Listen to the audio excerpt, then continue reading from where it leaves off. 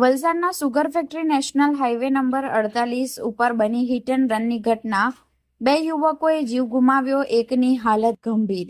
તારીખ 19 જુલાઈ રવિવારના રાત્રિના 11:30 વાગ્યાની આસપાસ બનેલી અકસ્માતની ઘટનાની આજરોજ સોમવારના મળતી વિગત મુજબ વલસાડ નેશનલ હાઈવે 48 પર મુંબઈથી સુરત જતા માર્ગ પર ચંદ્રમૌલેશ્વર મંદિર નજીક બનેલી અકસ્માતની કરુણ ઘટનામાં સુરત ખાતે રહેતા 3 મિત્રો રણજીત વર્મા, અમન મિશ્રા અને રવિ મિશ્રા, જે સુરત ખાતે આવેલી ખાનગી કંપનીઓમાં કામ કરે છે, તેઓ વાપી ખાતેથી ખાનગી કામ અર્થે હીરો કંપનીની સ્પ્લેન્ડર બાઇક નંબર GJ05LT7059 લઈ વાપી ખાતે ગયા હતા। કામ પતાવી પરત સુરત જઈ રહ્યા હતા। આ દરમિયાન સુગર ફેક્ટરી બ્રિજ પર પાર કર્યા બાદ ચંદ્રમૌલેશ્વર મંદિર નજીક આવતા અજાણ્યા વાહનના ચાલકે બાઇકને અડફેટે લીધી હતી।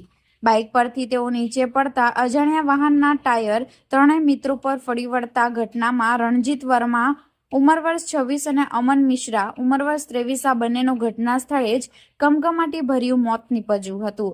જોકે આ અકસ્માતની ઘટનામાં રવિ વર્મા નામના 30 વર્ષીય ઈસમને ગંભીર ઈજાઓ પહોંચતા તેને 108 એમ્બ્યુલન્સ મારફતે વલસાડની સિવિલ હોસ્પિટલ ખાતે ખસેડવામાં આવ્યો હતો અને ત્યારબાદ ગંભીર ઈજાઓના કારણે તેને સુરત સિવિલ હોસ્પિટલ રિફર કરવામાં આવ્યો હતો। સમગ્ર બનાવને પગલે નેશનલ હાઈવે પરથી પસાર થતા એક ઈસમે ઘટનાની જાણ વલસાડ પોલીસની ટીમને કરતા 112 જનરક્ષક, વલસાડ રૂરલ પોલીસ સ્ટેશનની PCR તથા જિલ્લા ટ્રાફિકની ઇન્ટરસેપ્ટર ગાડી ઘટના સ્થળે દોડી આવી હતી અને ત્યારબાદ ખાનગી એમ્બ્યુલન્સ સંચાલક સુનિલભાઈ અને જીગાભાઈને બોલાવી બંને લાશનો કબજો મેળવી વલસાડ સિવિલ હોસ્પિટલ ખાતે PM અર્થે ખસેડાઈ હતી। આ સમગ્ર બનાવને પગલે નેશનલ હાઈવે 48 પર 3 કિલોમીટર સુધી ટ્રાફિક જામના દ્રશ્યો સર્જાયા હતા।